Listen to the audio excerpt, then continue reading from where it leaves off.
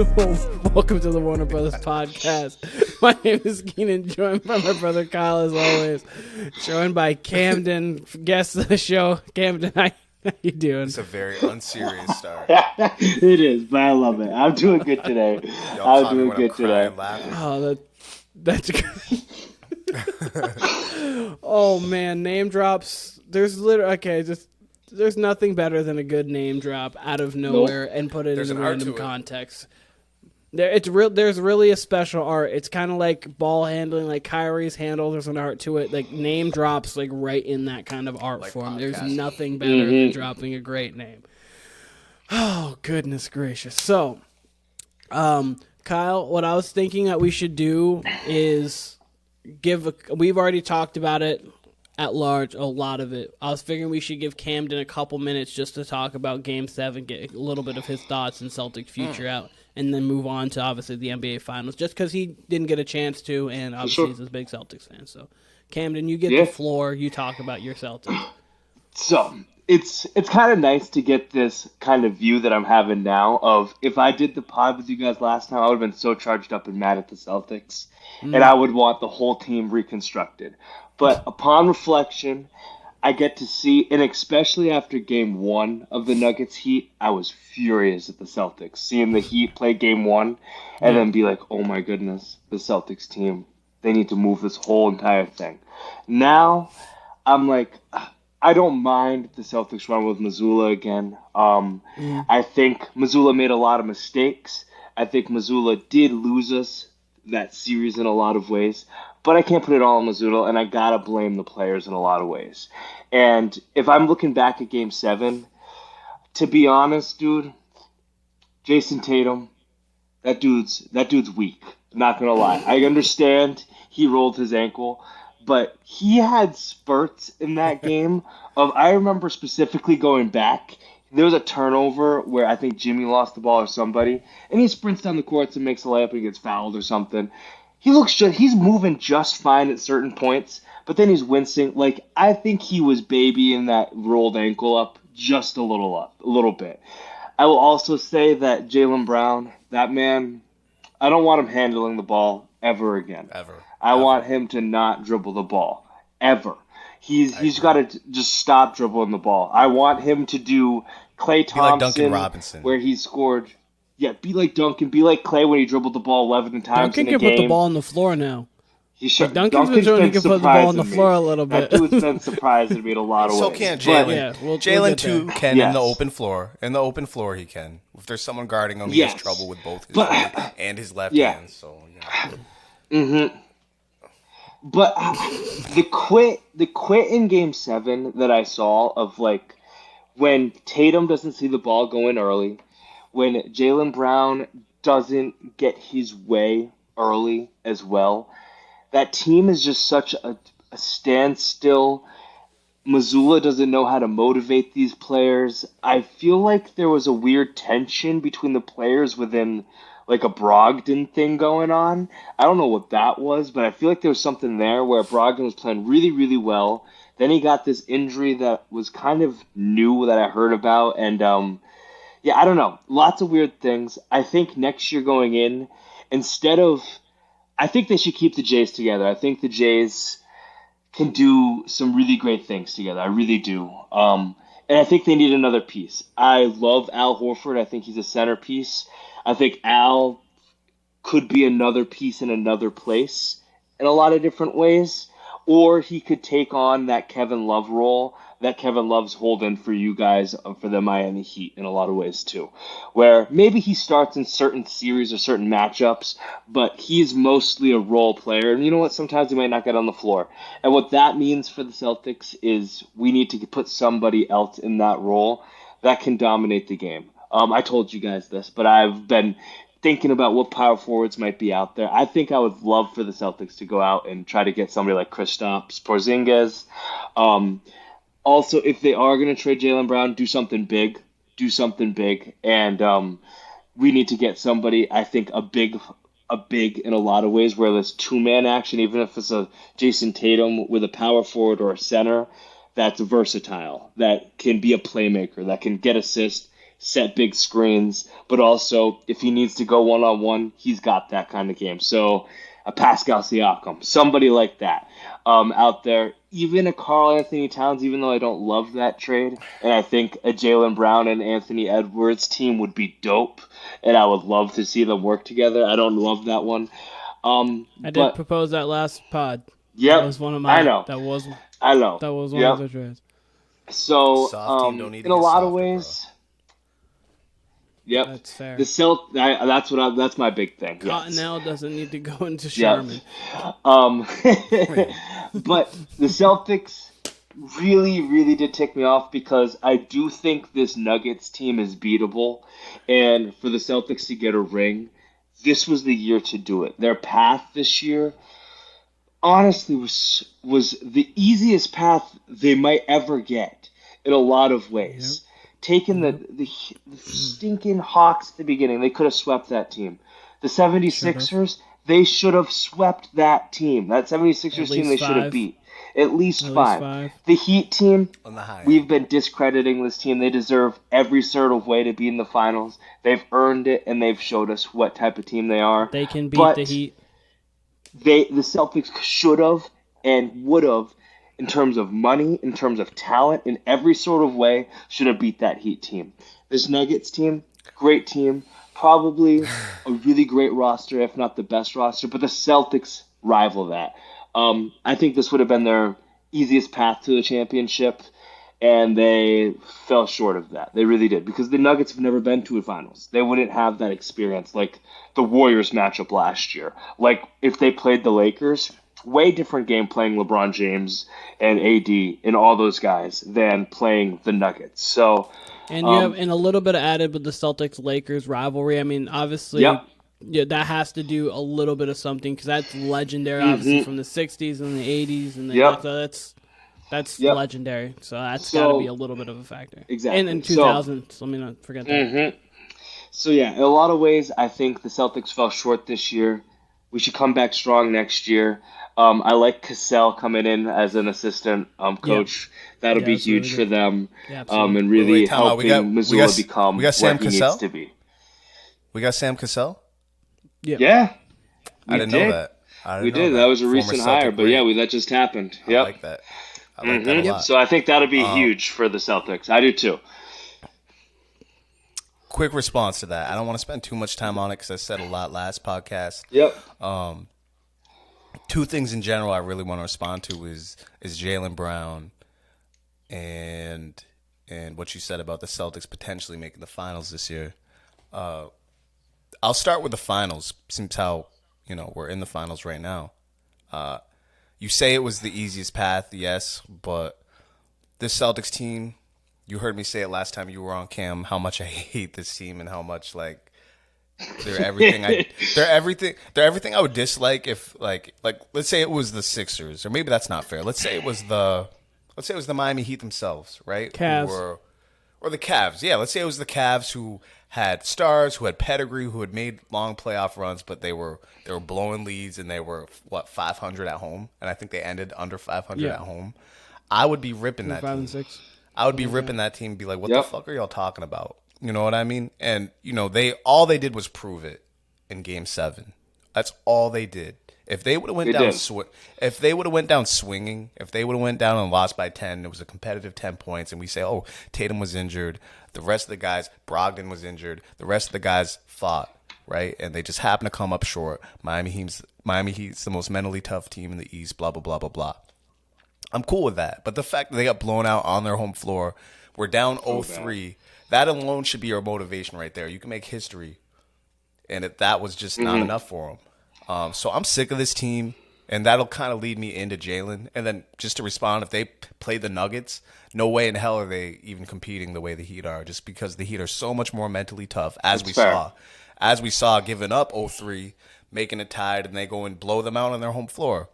I don't think there's a team anywhere close to as mentally tough as the Miami Heat, including the Denver Nuggets. And the fact that the Nuggets swept a team with as much pedigree as the Lakers, the Celtics would probably get 2 off them, but they'd get outsmarted. Granted, that matchup, that's a tough matchup for the Nuggets. If the Celtics are doing, playing as desperate as they played in games 4, 5, and 6, playing defense, that is a tougher matchup for the Nuggets, sure.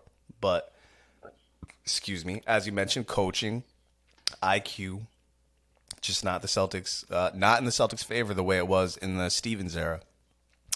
Now, with Jaylen Brown, I think they should re-sign him because what the fuck else are they going to do, right? But I think they should do the Blake Griffin treatment with the Clippers. He signed a big extension with the Clippers. By December, he was gone. By December, he was with the Pistons. I think that's exactly what the Celtics should do. I don't want to get too far into it because the offseason's like my favorite season when it comes to the NBA. Yep. It's almost sometimes more exciting than the season itself. It's certainly just as dramatic, if not more dramatic. But I see a world. I don't see Dame getting moved this summer, and that's all interesting because we'll know exactly what the Blazers want to do on a draft day here in 3 weeks here. Yeah. Something along those lines. I could see a world where even if they take Scoot, let's say Scoot fell to 3, that they keep Dame and, maybe Dame's there till February or December or whatever. But if I was Brad Stevens, I would keep Jaylen, sign him to whatever deal you think's fair, and then trade him, See, and I think I said that on the last podcast too. See how it goes till February. If they're kicking ass, maybe the Sam Cassell hire makes a big difference. I think Missoula will be better. That roster's still going to be good.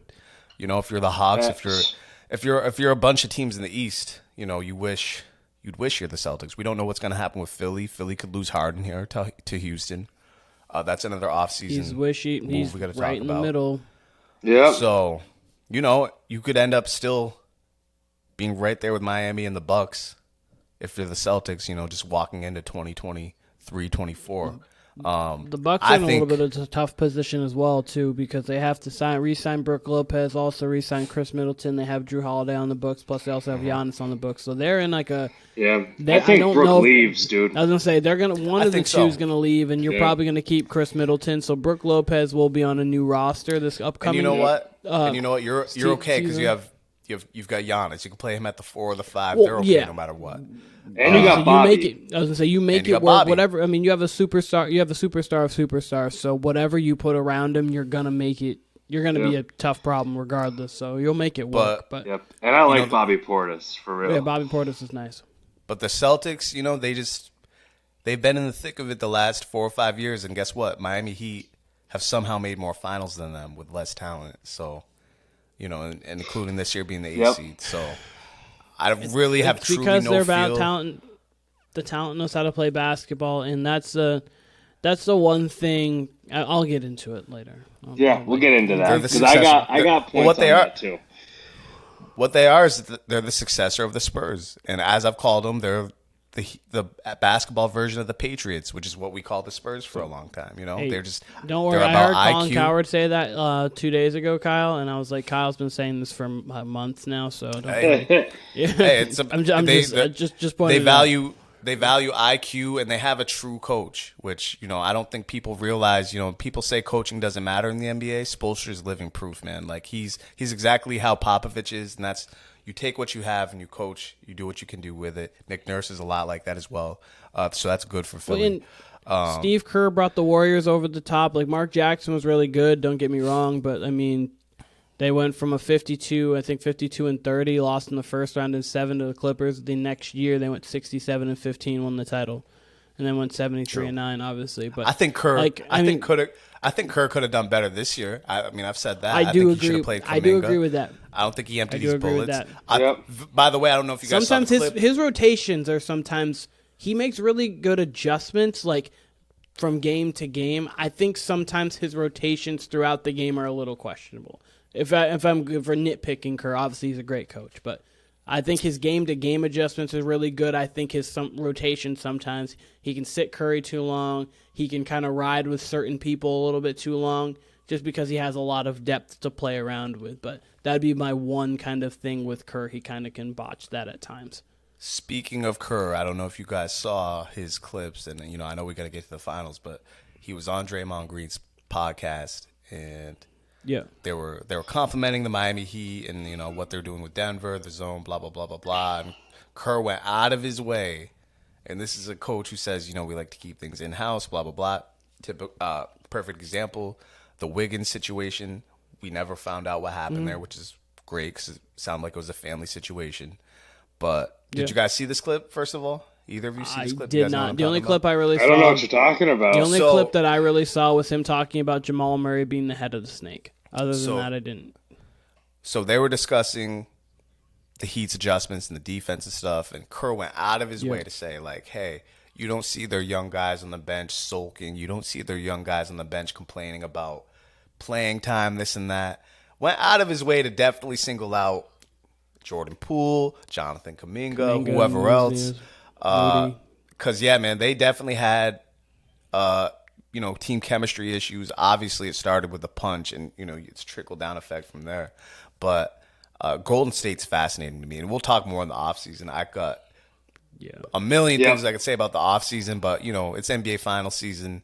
The Nuggets and the Heat deserve our attention. I saw a good amount of the fourth quarter. I was not paying attention much because I was trying to catch a flight back. My flight was delayed, and I was trying to catch up with a bunch of things. So I missed most of the first half, peaked in at the third, but I saw a good amount of the fourth. But I do not have a great feel for the game. I watched the highlights. I heard some reviews. I do know when I was checking the score before my flight, the Heat were up double digits. Then they're down 15 at one point. They pull their way back. And then, of course, the game ends the way it does. And they steal. They really, truly do steal game two. And I feel like before I let y'all talk, I do feel like if they go down 2-0 there, that not only does Denver have complete control, but it would end in 6. I don't feel like they, as mentally tough as the Heat are, I don't feel like Jimmy's 100%.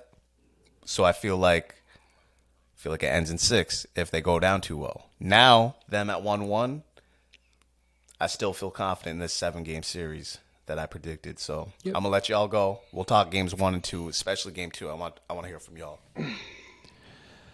So I wrote down some takeaways of the game. I'll just kind of briefly run through them. If Jimmy is hurt, that is cool. Like, I understand.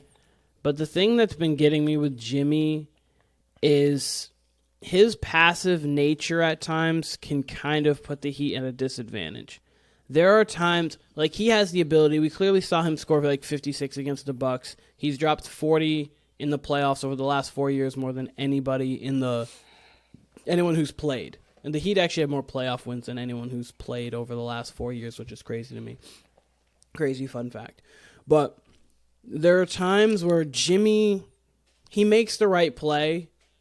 But as I was saying in the Boston series, he got a little hesitant, like when going up for it, he'd have that pump fake. So he put himself in just awkward positions and then wouldn't make like great passes on kickouts because he was double teamed or he was in bad spots.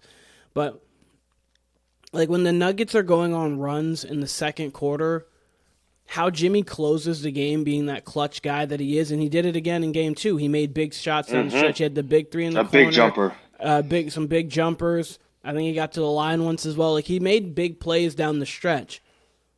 I think he needs to take that out during, like, he needs to get into that kind of mindset in the second quarter when the Nuggets are going on a run. Like, one game I specifically can recall, I mean, this has happened plenty of times, but one game that I'm thinking of was Blazers, Warriors, the year they lost to the Raptors, game 4, I want to say, in Portland. Or it was either game 3 or game 4. I believe it was game 4 because that was the game that they went to overtime and they won. That was a game Myers Leonard went nuts in the first half. And the Blazers were cooking all first half. And then Curry had like 21 in the first half. And every time the Blazers felt like they were going to just push it away, Curry made a big shot. Curry had a big shot with like 20 seconds before the half. He just kept making huge plays to keep it within like a 8 to 10 rather than it getting to 15. And I feel sometimes that Jimmy has the capabilities of doing so, but he has almost so much faith in his teammates that sometimes he gets a little passive for me. Like, I just feel like he can go, and he just doesn't. Can I respond to that? And it could, yeah, sure. I was going to say it could be because of the injury, but it also could, I just feel like he needs to go a little more. But yeah, you can respond before I get into the rest of the game thoughts. I think he's definitely injured or hurt. Because, I mean, we've seen a significant drop-off in Jimmy Butler since Game 3 of the Boston series. And that just doesn't happen. I think I texted the group chat when it happened, when he was making big plays in the fourth, that he was doing the Kobe Bryant treatment. I'd rather, if you're the Heat and you do have, I think we can all agree, the Heat have a significant amount of a talent discrepancy when it comes to the Nuggets. Can we agree on that? I would disagree at this point in time, but we can go through. Talent. If you want to go, like, if you're going dribbling, passing, shooting, who is? I don't know. The Heat don't even have their. The Heat don't even have their number 2 scorer. They're without their number 2 scorer. Yeah, but they are. But like, if you're going through, if future wise, yes. But like, Gabe Vincent right now a better player than Michael Porter Jr. Okay, he can do more. You're taking. Everyone's taking Michael Porter Jr. before Gabe Vincent. If I'm going forward, yes, but no. Even today, I would take Gabe Vincent. Even if you gave me today, I'm taking Michael Porter Jr. He had his worst game in Game 2, but I mean, come on, every franchise is going to take. Well, no, but I'm saying if you're playing winning basketball right today, I'm not saying moving forward. I'm not saying next season, the season after. I'm saying right this second, Gabe Vincent plays better winning basketball. If Michael Porter Jr.'s shot if Michael Porter Jr.'s shot's not on, he is not engaged defensively. Look, I would say this. He's shown that throughout his entire career. It's not like it's just like a new just happened. I would say this. Michael Porter Jr. has been very consistent in this playoffs. He hasn't been as up and down. Game 2, he had his worst game, but Michael Porter Jr. has been a big reason of why. Game 1, he was bad winning. Too, but he was bad. He was doing his thing though. He was shooting. He's been rebounding well. He's not the best passer, but in general, I'm gonna let you finish. Hold on, I just want to say, like with Jimmy when you got that much of a talent discrepancy, when you're already down 3 guys at least, they're down Hero, they're down Oladipo, they alternate Kevin Love. They got Cody Zeller playing minutes in the fucking finals. You can't tell me there's not a talent discrepancy. You're gonna want Jimmy in the fourth more than you are in the second quarter. And the Heat, like we've been saying, they're so mentally tough and physically tough in general. They don't care. Much like the Patriots, Keenan, you know this. It don't matter what the score is in the second quarter when you got Brady in them. When you got Spoelstra and Jimmy Butler at least at 80% and Bam playing the way he is, Bam's playing fantastic basketball, you're more concerned about quarter 3, quarter 4 than you are quarter 2. So as long as you got a Gabe Vincent, like you said, and Kyle Lowry and all these guys who can kind of hold the tide down, yeah, Curry can do that shit, but as much as I love Jimmy, he's not Kobe, he's not Steph Curry. I know, but it's just the way he's been playing, and like you hold him, like if we're putting him in like a superstar category. But I think he's clearly not healthy. I think he's clearly not healthy. We've seen him drop off since Game 3 of the Celtics finals. Like he wasn't pump faking and all that. I preface with that. If he's not healthy, then I get that.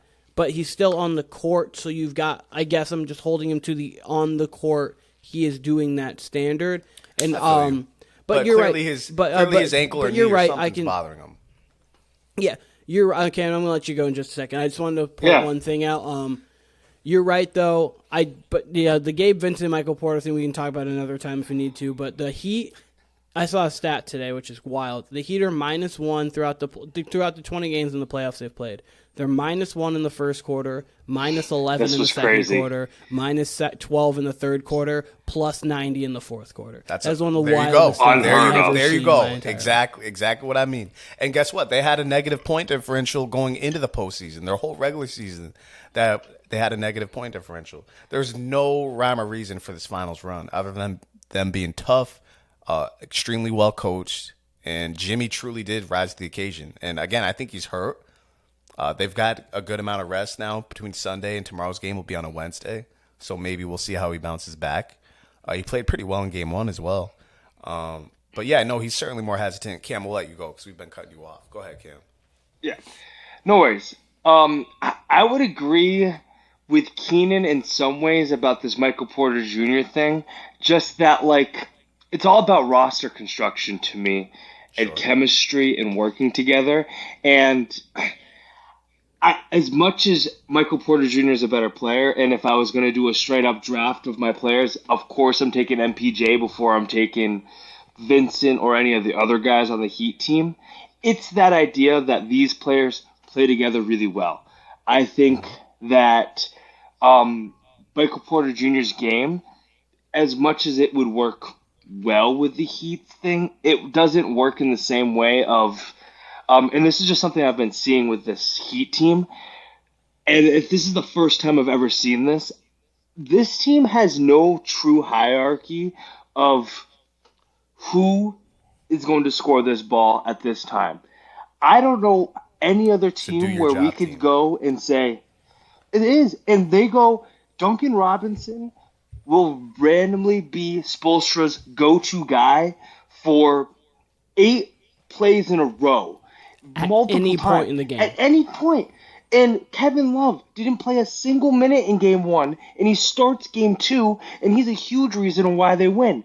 There's no other team where they have players like that will buy into that kind of thing.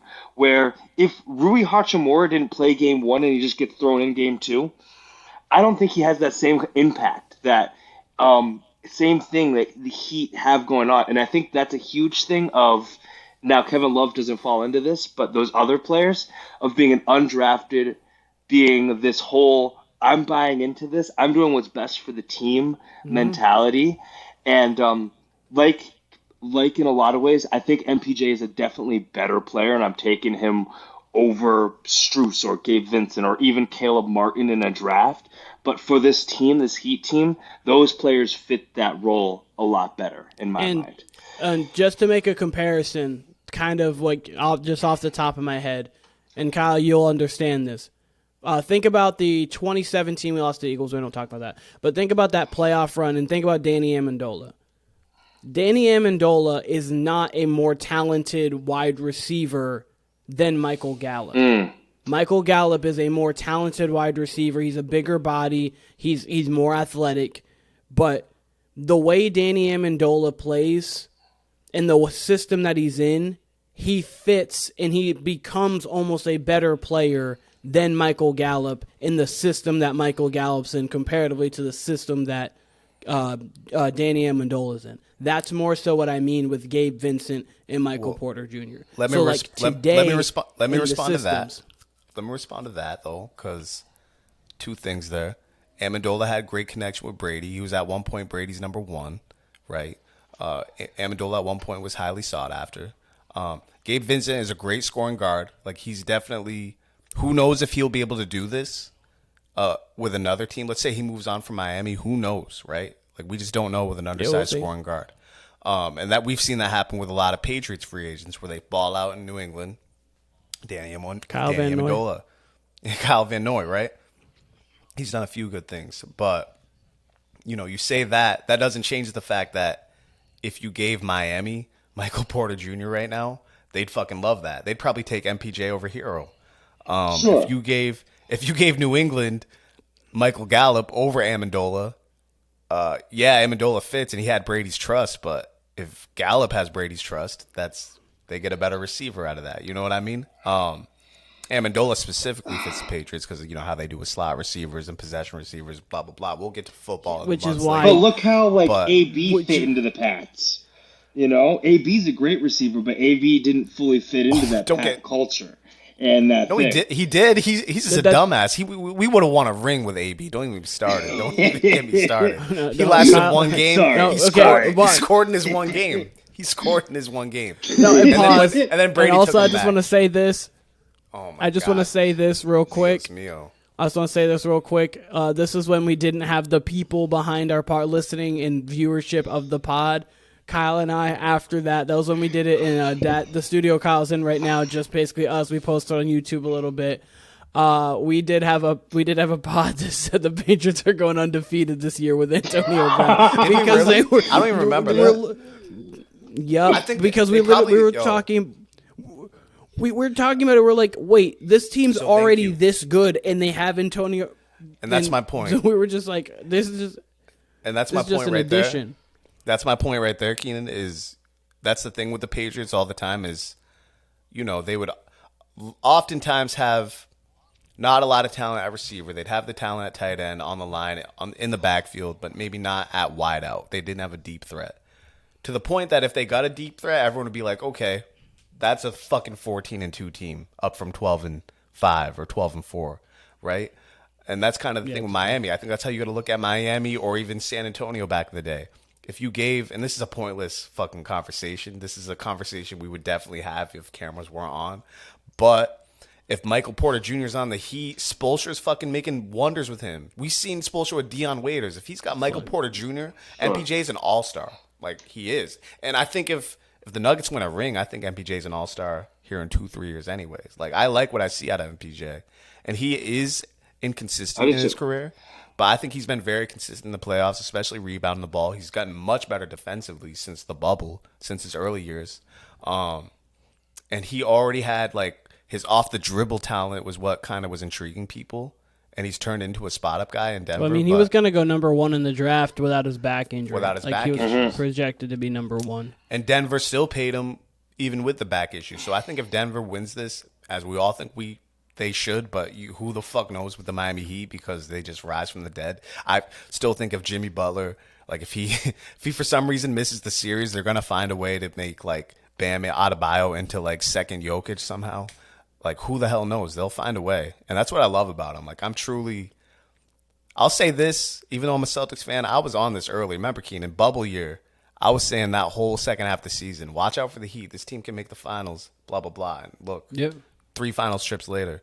But, no, I mean, that's enough for a hypothetical Gabe Vincent, Michael Porter Jr. argument. But I think, Porter Jr. could have come out and have 25 tomorrow. Gabe Vincent's done that a few times. I get that. But, I mean, back to series. When he's in, absolutely, go ahead. I was just saying when he is engaged, yes, he is. I don't know. Game 2 was his worst game out of the whole entire postseason. Yeah, he just seems to lose his defensive intensity when his shot's not falling. That is more so what I'm like. He feels like a guy where his offense brings his defense, not his energy will bring his offense. That's all that was really my point. I think he's been pretty consistent on the defensive end, even when his shot hasn't been falling this postseason.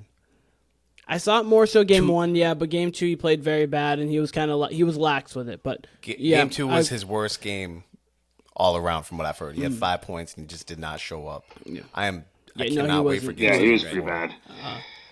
But that was my only first of my 5 points about Miami. I mean, the other ones are not as much. Basically. These are just instant takeaways. Like when Miami's hitting threes, they are going to be very, very tough to beat. Especially as we've said, Jimmy hasn't been the best player. That's been Bam. Bam has been their best player. And again, Gabe Vincent in both games has played about as well as Jimmy. You'd probably give the edge to Jimmy just because of how he's still a very big defensive focus. He orchestrates. In game 2, he was D'ing up. He played really well on Jamal Murray. They made the switch to put Kevin Love on Aaron Gordon because game 1, he was bodying Max Strus and making him a puppy. And so, and then game 2, you put a bigger body on him, and then you get a bigger body on Jamal Murray. So when you switch the 2-man action, you get Jimmy on Jokic and Bam on Jamal Murray, and you can live with that rather than Strus or Gabe Vincent on Jokic. But so when Miami's hitting threes, they are tough to beat. Yeah, the zone as well. The zone's another thing that's been oddly giving. I still mentally can't get why a zone's doing. I mean, they're not just a traditional 1-3-1 or a 1-2-2 or whatever zone they're going to be playing. They kind of have a form. They have a weird form. They're blitzing the. They're kind of blitzing the ball handler so they can't really set the screen on it, and then they're great rotation wise. It's perfected how they're doing it, so that's good there. And the thing I also liked, what I took away was they were getting Jokic single coverage a lot, which is why he went off for 41. But when they were attacking Jokic, they were going with early doubles, which kind of made it so Jokic couldn't survey the court as he normally does, because a lot of times with double teams, especially you can't do it with someone who's the greatest passer as Jokic, but double teams will come you'll get say LeBron's in the post or Jokic because you're talking one dribble, 2 dribble, and then the double team will come. At that point, he knows where it's coming from. If he catches the ball and then feels a double team, then he can't make the correct, not the correct, I don't want to say correct because he's always going to make the correct pass. He can't make the heartbreaking pass, the beautiful pass in the corner easily to the open spot up Bruce Brown, to the tough ones. So when you throw that instant double, he kind of has to kick it right back out, and that exchange made his assist numbers go down, and they didn't allow him to control the game like Magic Johnson. Also, Mike Breen called. Did you remember when Mike Breen in Game 1 called Jokic a mixture of Moses Malone, Magic Johnson, and like Bird? And it was like, wait a minute. Great. It was like, okay, so he's the greatest offensive rebounder of all time, the greatest passer of all time, with the top 5 shooter of all time. You got Jokic. And I get he's a version of that, but it's just a lesser version. It was a little over the top for Mike Breen. Yeah. It made me laugh. Caleb Martin hasn't really been a factor in these 2 games, which is where I think Tyler Hero can kind of, he definitely, I was going to say, he came back to earth, but I think Tyler Hero can kind of not take a lot of his minutes, because I still think he deserves to play. He gives a lot of energy defensively, and he can still shoot. I mean, he's just had 2 non-factor games offensively, but like the Highsmith minutes, the Caleb Martin minutes, the not a touch of the Kyle Lowry minutes, and really Cody Zeller's minutes have kind of gone. Like Tyler Hero, I think, can get 15, because I would ease him back in. I wouldn't just try to throw like 25 minutes, 30 minutes at Tyler Hero. I don't think, but if we don't see Hero by Game 4, if we don't see Hero by Game 4, I don't think we see him at all in the series. I wouldn't bring him back, especially if you're 2-2 or 3-1. If you're down 3-1, I bring him back, because you need a punch. You need something different. So yeah, but if it's 2-2 or for some reason if it's 3-1, yeah, and if it's 3-1, then I'm not bringing him back. There's no need. You've already won 3 out of 4 games against or you won 50% of the games against the Nuggets. Like keep what you have going, and then you have that last luxury. But that was my point really on the Heat. I like the way they attacked Jokic. Obviously, Jokic is so great. He's going to get his numbers. But the fact that they were able to hold Jamal Murray to 18 on only 15 shots, like Game 1 he took 22. Game 1 he took 22. Game 2 he took 15. The fact that they were able to hold him on that, and a lot of them were at the end when he was hitting big threes down the stretch, because he's got ice in his veins. But I like the way they were playing. But I'm going to let you guys go on, because I just went on a long little explanation. Yeah. My review of the games that I've seen is, I really think this Heat team has been discredited in a lot of ways, and by the media, me and Keenan were saying by Vegas is not giving these guys a shot. And for me, this Heat team, like I said before, has no hierarchy, which is something we've never seen before, which I think is tricky for teams to defend.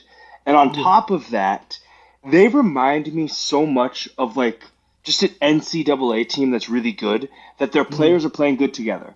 We see a lot. Like, they remind me of a UConn roster that even won this year, where Jordan Hawkins, solid player, he might go top 15, but he's not a lottery pick in the draft this year. Jordan Hawkins is a solid player, but he's not a lottery pick. But that team played so well together. They bought into something. They were destroying teams in the playoffs this year. A lot of UConn's teams, you think about Shabazz Napier's teams, you think about Kemba's teams, you think about Caron Butler's teams. They're not loaded, and it's not like – and Miami's a place that you might want to go if you're a free agent. They're just it's a destination. But UConn's not really a spot that you go as a star. You go to Duke.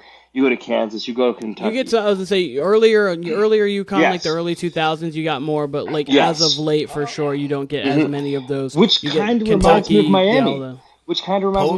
And what were you going to say, Kyle? No, go ahead, finish. I'll respond after.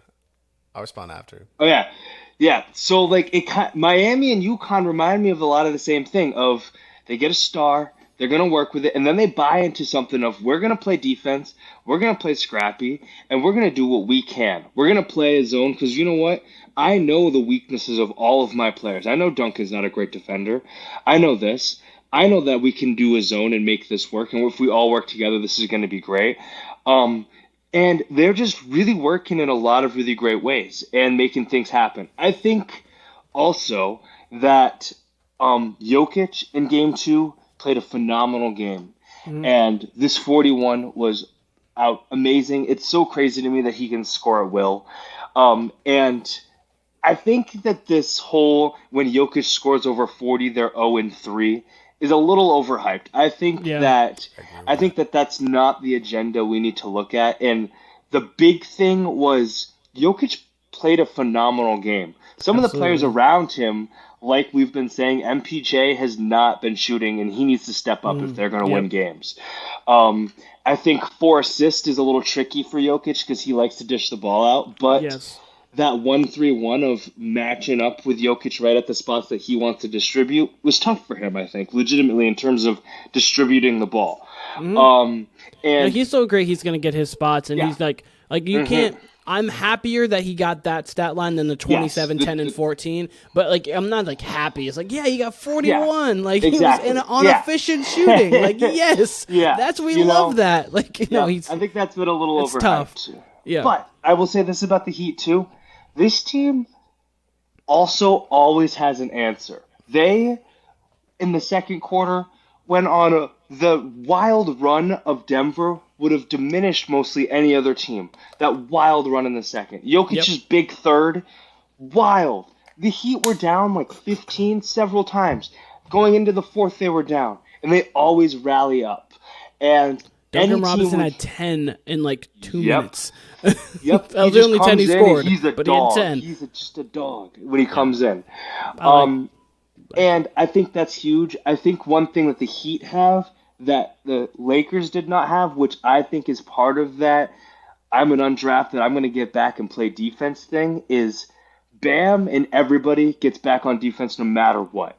Everybody. The person that might be the slowest back on defense, which isn't even that slow, is Jimmy. He's the only one that might be slow, and it might be because he's hurt.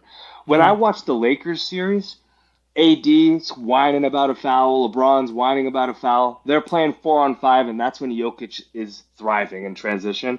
And Jokic should not beat AD on the floor ever. Ever. And AD was either on the ground or walking back or whining about something, which would make me furious. But Bam's getting back. He's getting back. He might miss. He's getting back. He's playing great defense.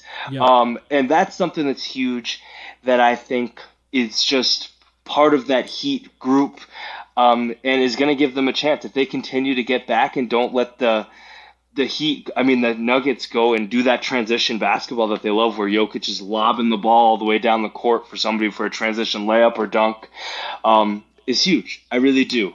Role players are huge, and I've loved both games so far. The first game was kind of a bummer, and the Heat did not shoot well at all, especially those 3 that have really came up in my Celtics series, and Caleb Martin, Strus, and Vincent.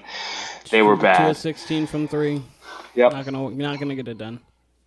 Yep. But I keep hearing that narrative of, the Nuggets are gonna win in 5. They're gonna sweep this team, and I don't think that's the case. I think Miami's here to stay. I think they have a really solid roster, and I think they're gonna rock it, even if Butler's hurt. Even if that's my take on games 1 and 2. Couple of responses, then I'll give my feel for the series as someone who watched game 1 in full and someone who spottingly watched game 2. Yep. I just got to poke holes in the whole UConn Miami thing just because, I'm old enough to have seen some UConn teams. That was when the Big East was the Big East. And Syracuse and UConn in particular, even though they're not places you would think, high school recruits, like McDonald's All-Americans would go to, they end up at Syracuse gets Melo, UConn, they got Ray Allen, you said Caron Butler, Emeka Okafor at one time, who was a highly touted prospect, Kemba, Shabazz. Sure. So Rip Hamilton, I know. Rip Hamilton. Had so they were kind of loaded. They kind of got their recruits, and Miami. Trust me, Miami's. Early Heat had Dwayne Wade, Shaq, LeBron, Bosh, Jimmy, and they're never gonna have trouble recruiting free agents. Like this cap shit's gonna hurt them eventually. Like whatever, we'll find out how all these teams adjust to this new cap shit. But Miami's never gonna have a problem recruiting anybody, whether that's Giannis in his next time through, because I think Giannis only got 2 years left in his contract. People were talking Durant last time he was a free agent and he went to Brooklyn, whatever. But they're always. I heard a couple things about Luka thrown out there, who like knows? in a couple of years. Who knows? I mean, you never know, but it's true. Great culture, great organization, great coach.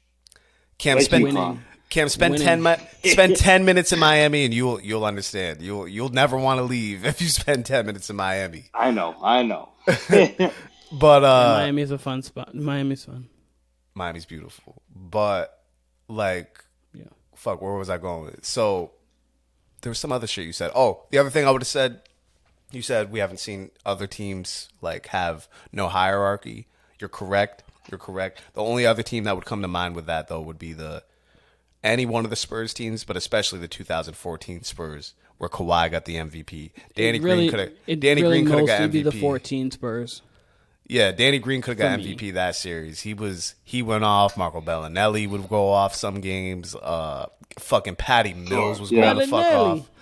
Bellinelli, but yeah, that team, you never know which way it was coming, and you're right. Like if you told me, Keenan, if we come back here Saturday, let's say, because games 3 and 4 is Wednesday and Friday, right? So let's say we record Saturday or Sunday, which we probably will.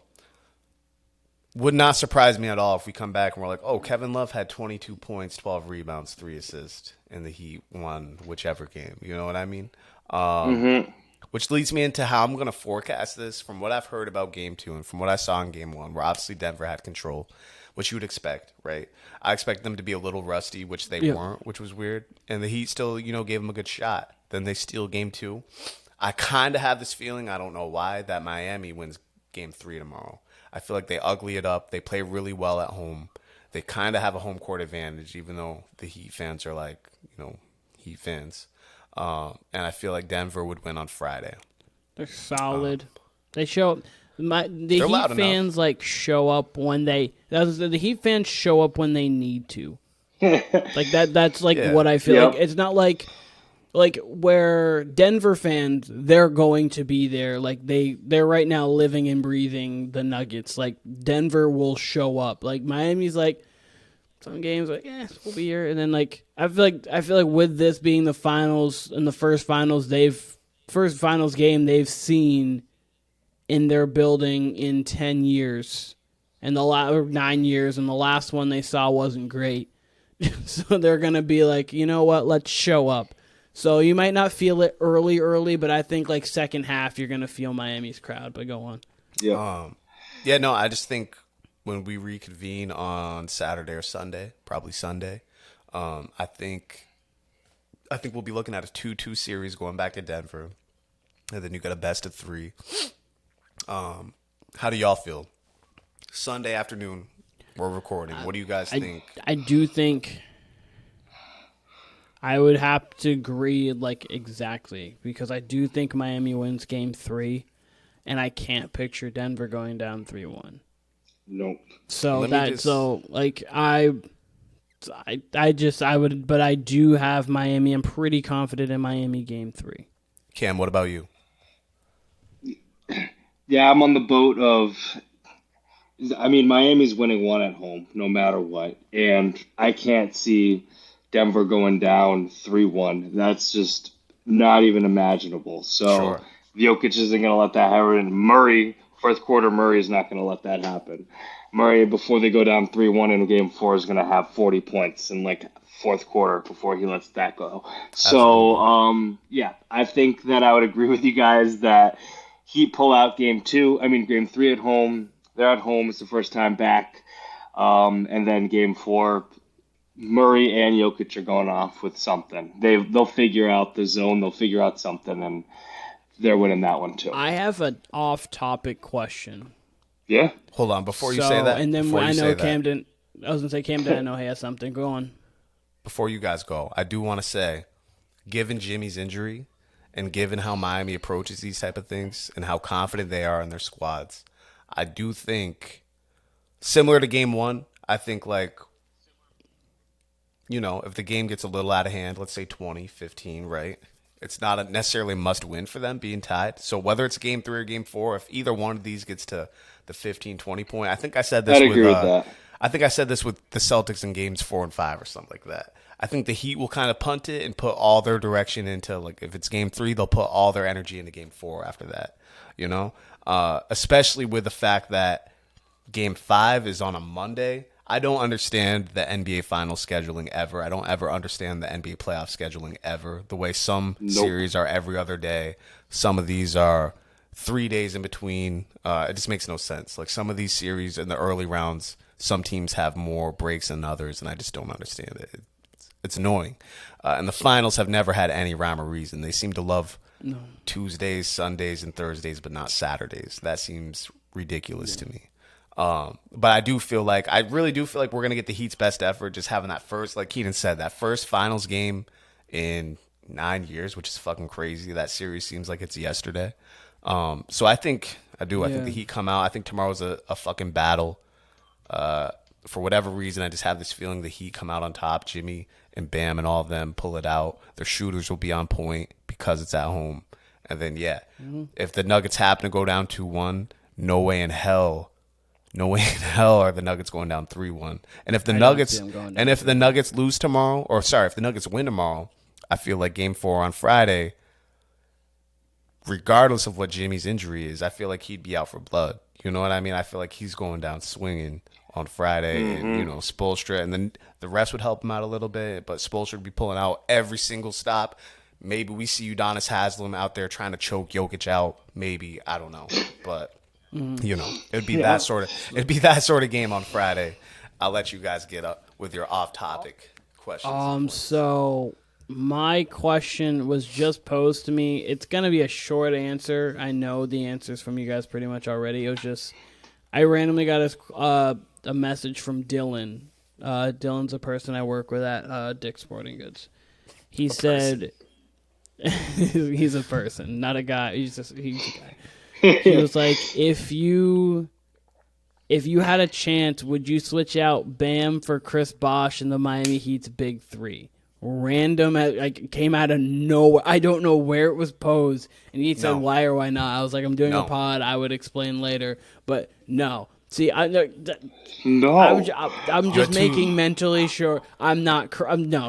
If hypothetically Wade or LeBron were like knockdown shooters, sure, but Bosh didn't shoot the 3 before he got to Miami, and he, added the 3-pointer to his game, much like Kevin Love did. Became a much better defender too. Yeah, for sure. Which he had the potential to, but absolutely. But no, if you got to play with LeBron or Dwayne Wade, you're gonna want to shoot. You know what I mean? So no, that would have been a weird fit. They would have been locked down defensively, and they still would have gotten some rings out of it. Whether it's 1, 2, or who knows how many rings they get. They would have been disgusting defensively. But no, you probably would rather have Bosh just to space the floor. But I don't. Who knows how much of it changes? No doubt, Bosh is there. And Bosh was 24-10 before he got to Miami, and he didn't. The only reason why he slowed down at all was because of his heart. But he didn't when he was playing, he didn't slow. Whenever you'd see LeBron out for a game or Wade out for a game, Bosh could just step up and get you 20 and 10 easy. He would. He'd make big plays, so he could be the focal point. He could be the second guy in that any night. It's just the fact that he was one of the superstars that I saw, or borderline superstar, I'll say, that actually really took that step back and was like, okay, I can change my I can change my game to fit along with two all-time greats. To really buy in and really go get this. So it's he doesn't get enough credit to me in that big 3. At least he not enough speak. He was really huge in that entire 4-year window. Versatile. One other thing I meant to say in my last response, we can't mention how Miami's been consistently disrespected by Vegas. Shockingly enough, they're not disrespected tomorrow. In tomorrow's game, they're an underdog, but they're a 2.5-point underdog, and their money line's not that bad. So I could tell you the money line. Let me see. But so they're not terribly disrespected. Finally, took till they got to game 3 of the finals. Plus 120 money line, so that's not terrible at all. No. So they're not disrespected. Cam, you had a question?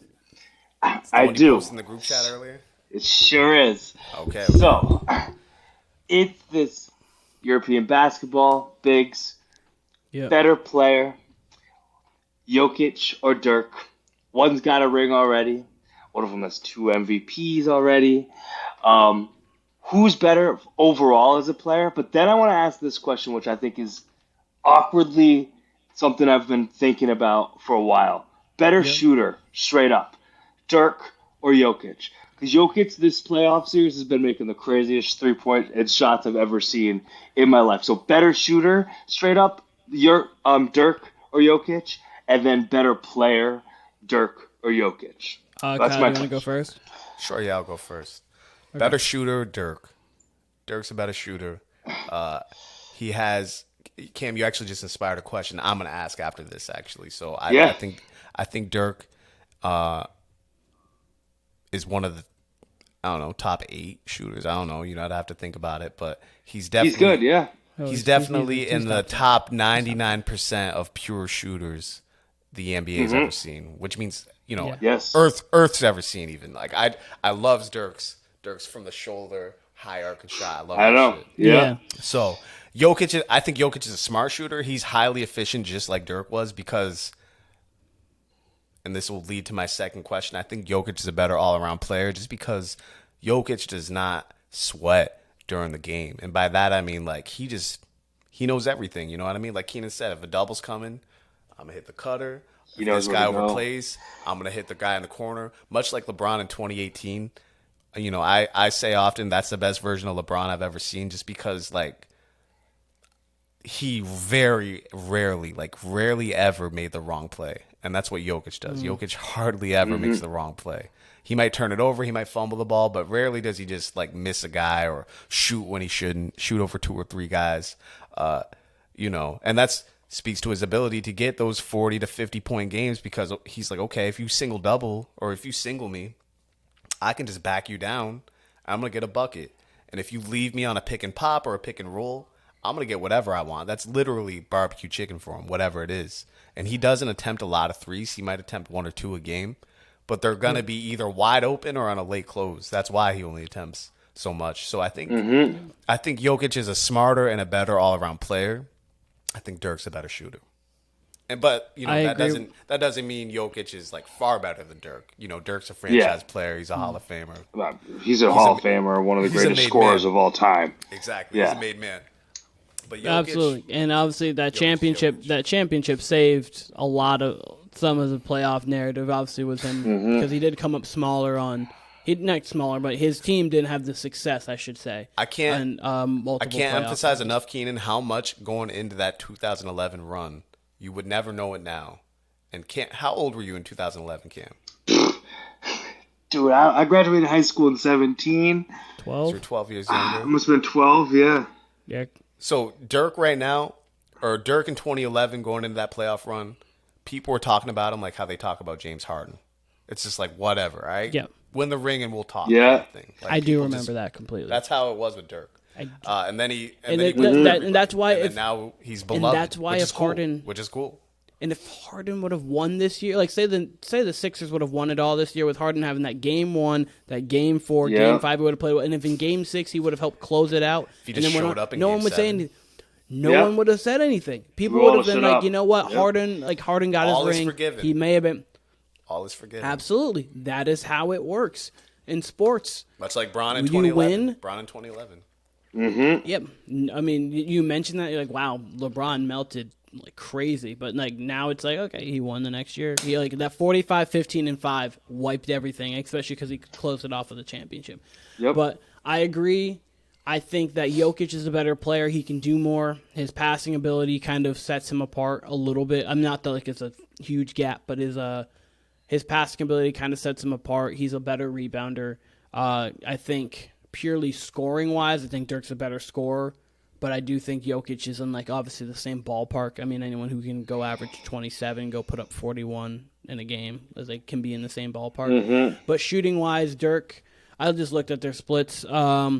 From the floor, Jokic is better, but that makes sense because of the fact that he does a lot of his work inside. Dirk is a career 38% three-point shooter comparative to Jokic. He's 35, and then Jokic from the line is 83 compared to Dirk's 88. Sure. So not just the percentages is what, but Dirk just... The thing with Dirk is you couldn't... Like, he was just like kind of Jokic in the sense of you can't rush him. Dirk was getting to whatever spot he wanted to, however he wanted to, and he was going to shoot the ball however he wanted to. So like you just couldn't stop it. He was just going to do it, and he did it obviously at a very efficient rate. So I would say that Dirk is the better shooter, but Jokic is the better player, and I believe probably all time will go down as the better player. Yep. And Kyle, so what was your question that stemmed off of that? I'm interested. Let me find my response exactly. I'll ask you guys, and I'll still look for my response because I answered this on Twitter. Jamal Crawford posed this question actually a couple weeks ago. Yeah. He said, and I might have asked this before, but fuck it. I'm going to ask it again. If you could give me your guys' top 5 prettiest jumpers off the top of your head that you've seen, what would be your top 5? Like, top 5, whatever it is, the top 5 best looking jumpers you've ever seen. Just shots?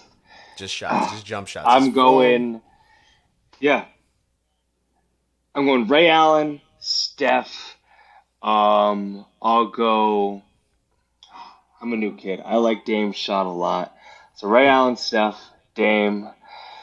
I would go Clay. Clay's got to be up there. I love Clay's shot. From there, what do I got? 3, 4? Is that 4? That's 4. That's 4.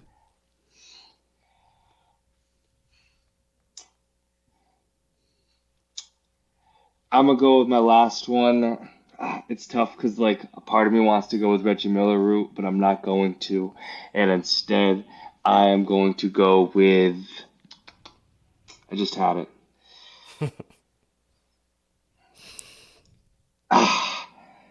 Pure shot, jump shot.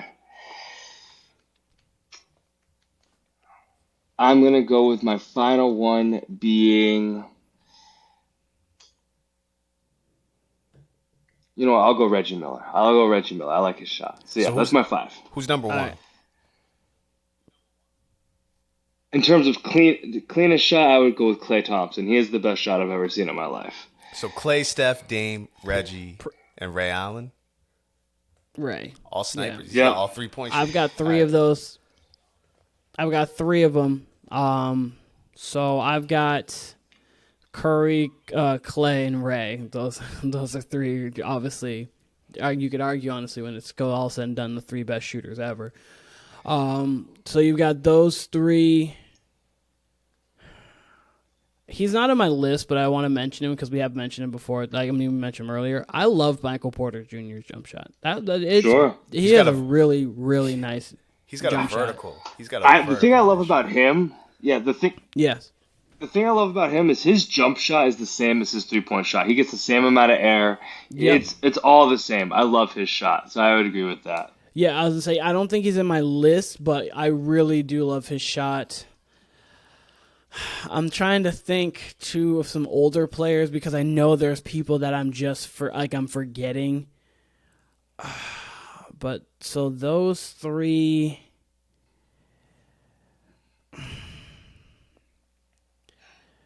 oh my goodness gracious. Obviously, Steve Kerr had a really nice shot. I'm thinking of shooters, but I'm trying to think of, like, scorers, too.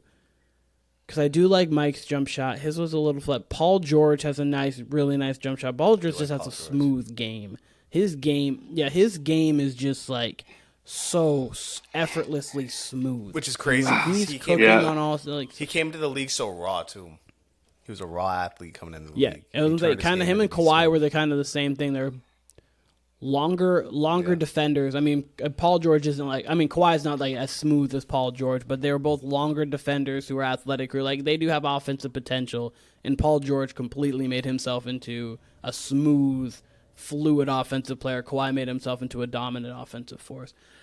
But I'm gonna add Paul George in there because I don't want to take too long on this. There's going to be a lot of people that I'm forgetting here too that I haven't going through because obviously there's so many players in NBA history. I just remembered mine too, by the way. And 5, either Kyle Korver or JJ Redick. I really like both of their jump shots. Kyle Korver's is just picture perfect. Yeah. It's just like here and then here. So like his shot was just like a picture perfect jump shot. So I'll give my 5 right now will be Steph, Clay, Ray, Kyle Korver, Paul George. And there are plenty of older players that I'm completely forgetting that I'll give you one honorable mention. Can I take out Reggie? Sure, go ahead. I was going to say, I'll give you each I'm going to take out Reggie. I don't know how I forgot about this. I'm going to take out Reggie, and I don't know how I forgot about this. Kevin Durant. I love Kevin Durant. Kevin's one of mine, too. I forgot Kevin. So he was the one on top of my head. His pull-up is beautiful, and the shimmy is a sight to be seen. The shoulder shimmy is what makes that, like, his shot great. Which, yes, they're all Warriors. Yep. All Team Warriors. also in my thoughts, Very too. true. But go on, Kyle. So the 5 hours. Honorable mentions, D-Book and Steve Novak. Book's got one. Shouts to Steve Novak. Discount double check. He did that Aaron Rodgers. Love Novak. Book's definitely got a wetter too. Keen, you got an honorable mention? JJ, is that your honorable mention? Yeah. Okay. So the 5 hour response. I'll go with JJ as my honorable mention. I was just going to say, I'll go JJ my honorable mention for now. And I'm sorry to all the people out there that I am forgetting because there are a lot of people that I am forgetting. So my 5 that I responded to, and this was off the cuff, like the first 5 that came to my head was, I'll say first because we all had him, is Ray Allen. His is picture perfect. A lot of vertical, effortless. So Ray, Dirk, we talked about Dirk. I love his shot. Like I said, the high arcing shot from the right side. And then 2 former Nugget greats. Melo, I think Melo has arguably the prettiest jump shot of all time. And J.R. Smith. And then Mike, MJ. MJ's is picture perfect. You're such a JR guy. Listen, that boy can shoot. JR can shoot. Not a bad thing. I'm just saying you're just absolutely. He can play. You're just such a JR guy. Hey, you really he's are. one of the best. Steven both are JR guys. He was in Nuggets and Knicks. J.R. Smith was one of my favorite players of all time, without a doubt. Yeah. And even Cavs too. But he's underrated as one of the. You don't think of him as one of the best shooters of all time because of just how he plays and how JR is in general. But I mean, he's up there for one of the best 3-point shooters of all time. Not just with totals, but efficiency as well. Stats-wise, absolutely, yeah. And then my honorable mention too, like my 6, what would have been when I was thinking about this, when I was first asked, would have been Durant too. I love his left to right release is just poetic. Yeah, it's up there. So, and if it really is, it'd be between him and probably JR or Ray Allen for that last spot. But so who's your number 1? You had Clay number 1. Who was your number 1, Keenan? I did. Yeah, you had Clay. I think it'd be Steph. Steph? I think it'd have to be Steph. You know what's funny? Yeah. So a lot of people were responding Steph in their mentions too when Jamal asked this question. And there was a lot of dumbass people who were saying Steph's shot's ugly. I'm like, it's pretty compact and it's pretty basic. Like there's not a lot of vertical to it, but I would never call Steph's shot ugly. You know what I mean? It's just, you know what I mean? It's just right from his right hip. He's sometimes sideways because of all the angles he has, but I would never call his shot ugly. No, shot's definitely not ugly, and to be honest with you, I might be one of the only people in the world who've noticed this, but Steph's shots changed since 2015, little by little. I don't know if anyone's ever noticed or pointed it out, but I think everybody's shots does change a little bit as they go through their career. They fine tune. His 2015 shot is completely different than not completely different. I don't mean not just say it's a completely different form like Lonzo, but his 15 form to his form today have just changed. He shoots more out now. Can I think it's because he doesn't he uses his legs, but he's stronger, so he doesn't have to put it as high. So his arc is not always as high as it used to be. as from what I've noticed. So he kind of shoots more out than he shoots up. Like if you look at his 2016 year and then look at like this year, you'll kind of see a slight difference. It's something I've just picked up on. Random fun fact. Number one for me, in my personal opinion. Number one for me would be between. I kind of lean Dirk. I really love Dirk's shot because I feel like he could just get a swish whenever he wants because of the arc on it. I think Melo's is the prettiest, but when I'm shooting like just by myself and I like really just want to emulate, I try to do Dirk shit where I'm like, oh shit, more arc I get, the more I'm got a chance of swishing it. And I remember him saying that's part of his logic. Yeah. And I guess Mike would be up there too because his is literally like textbook, like. It's a line drive kind of shot, like if you're shooting darts, but it's like it's picture perfect. So, out of those three, let me put another one out there too. Go ahead. I had to go back to my 2K days, back in the day when I played 2K a lot, right? Yeah. And thinking about a player, Joe Johnson, also big three with Ice Cube. Joe Johnson's shot was wet. That man could shoot. He had true. He had a beautiful, beautiful mid-range jumper. So now, when you were bringing up Carmelo, and I was thinking more because I was doing all 3-point shooters a lot in my head. But when I'm thinking about jumpers too, Joe Johnson's right up there. ISO Joe, even back when his big baller, what was it called? Big Three. What's Ice Cube's thing? Big Three or whatever. He played on that. Yeah, the Big Three. He's a nice shooter. Can I tell you someone's form I really liked, and it's not one probably anyone would say? And I'll give you two because they're both similar, and they're more set shots. First, let me throw out Larry Bird. I love Larry Bird's shot behind the head. But these two, they're more modern players. They're both big men. They're both set shooters, but I've always liked watching them shoot. One's Zach Randolph, and one's DeMarcus Cousins, and they both kind of shoot the same way. Similar, I always love shots that come from the left side, and Zach Randolph, in his case, would be from the right side. But Cousins and Randolph both had that like. I love those side forms. I don't know what it is, but I thought they had nice looking shots as well. I thought you were going with the Bulls with Carlos Boozer and Joakim Noah. Joakim. Joakim's got a dope shot. Yeah, Boozer had an okay shot. I'm trying to think of I'm trying to go back in the archives and just think of my favorite players, but a lot of my favorite players' jump shots weren't like pretty. Like Wade's was fine, but like Tyreek Evans, like he would. His was janky. Like Tyreek Evans. I was like, I like Tim Duncan, but Tim Duncan's just no. Nash had a pretty shot. Like I'm just trying to go through. Nash did. Sean Marion had one of the better shots. I'm trying to think of current players who have like a really pretty. I do like Duncan Robinson. Duncan Robinson is nice. Who the fuck else? Duncan Robinson's up and down. Like Kyrie's obviously got a. Michael, I was gonna say Michael Porter Jr. is someone I like a lot. I actually think Kyrie has more vertical on his shot now than he used to in his Cav days, and I like Cavs Kyrie shot a little more on some nerd shit. Yeah, I can definitely see that. I think he does get up a little bit. James Harden when he's when he's rolling, I like James Harden's flow. His shot, his step back jump shot when he's in his bag is very smooth. I do like that when he's in his bag. Facts. But and you know what? I like Jokic's shot a lot too. This is very reminiscent of Dirk and Larry Bird's. Oh. So I like his behind the head shots, sideways shots. I'm a sucker for those. I really am.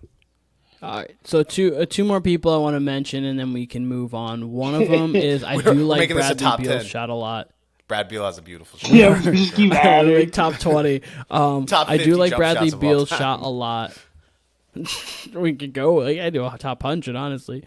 And then another one, just because he's one of the best big man shooters of all time already, is Karl Anthony Towns. Towns is a nice shot. Towns is a nice shot. He has a nice shot. He's one of those shots where when he shoots it, I just think it's going in. Yep. Mm-hmm. Because there's some people obviously where you shoot it and you're I don't know. Even some people who shoot a lot, when Luka shoots, I'm not confident it's going in, and then I'll go in and I'll be like, oh, okay, well, that's just Luka. That's Luka, yeah. Or when LeBron shoots, I'm like, could go in, but it's not. But when Karl Anthony Towns typically shoots, especially when he's not like rushed at all, I'm like, yeah, it's probably cash. Like it's very compact, like Steph's. It's a compact shot. Yes. And I'm a fan of the one motion, like kind of compact jump shots. I've real a fan of because it's similar to mine because I don't really jump high on mine, so I've kind of I naturally veer towards those ones. Well, speaking of that, Keenan, left turn. Well, couple things. Yeah. Speaking of you shooting, first of all, you'll be coming up to our area here in a couple weeks. Cam, you're making the visit too. Can't wait to play some pickup ball with you guys. It's been a minute. That's gonna be fun. Keenan, I also want to point out. Yeah. Last time I got you that. I got poked in the eye, but go on. True. That did happen. I do want to point out, Keenan, I think I got you that hoodie Christmas 2018. I think this is the first time I've seen you wear it. So thank you for the debut on the Warner Brothas podcast. Better late than never. I've worn it a few times, honestly. Triple B's. The now defunct triple. Absolutely. That was when LeVar Ball. That was when we had prime LeVar Ball. Never lost. My son better than Steph Curry to me. He's at UCLA. Come on, let's not do this. Can't believe they gave better that than man Steph Curry to that me. much He camera ain't big time. like that. Can't play make like Lonzo. Okay, calm down, LeVar. Like The fact that LeVar Ball had an era. Shouts to LeVar Ball, I guess. he really did. He was on First Take. He was all over. He was all over Sitting next to ESPN Spike at and the on Garden. Fox Sports. He. I was gonna say he was next to Spike. He was big. And that was like Lonzo had like a decent third quarter. I think he had like 10 points in the third, and you can just like always pan to LeVar. Like he was always there. Oh man. So all three of us have the Heat winning tomorrow in Game 3? Is that true? Yeah, I think so. do. Yeah, I do. I think we all have the same Game 3, Game 4, and it's going back to Denver 2-2, Heat Game 3, Denver Game 4, and I will watch the games and decide who I think's winning Game 5 from there. But I got Heat Game 3. I think it'll be close. I don't think it's going to be like a blowout by any means, but I think it'll be close. Probably 8 or 9 point win, and then you'll see people blow up and no one's going to really give the Heat credit. They'll do that, and then the Nuggets will win, and then there'll be or they'll give them too much credit. Be whatever social, or they'll say they'll make them seem. Yeah, they can't just be even keeled. Like, wow, these are just two great teams going back and forth, and whoever wins is gonna deserve the win. It's gonna be, oh man. This Heat team now, we're going to be talking about one of the greatest, like it's Jimmy Butler going on the greatest finals run ever, and then we're going to go and their Nuggets are going to win Game 4. It's like, are the Heat even good enough to be in the finals? Like, why are they here? Just it's like, okay, it's not 2-2, now it's a best of 3. But I'll say this. That's sports media for you, overreacting to legitimately everything. I'm excited to talk football, though, because I've been hearing more and more football. But sorry. I'll say this. The NBA Finals is amazing, and we're blessed with a good finals with two random teams we did not expect, like maybe the Nuggets, but we definitely didn't expect the Heat.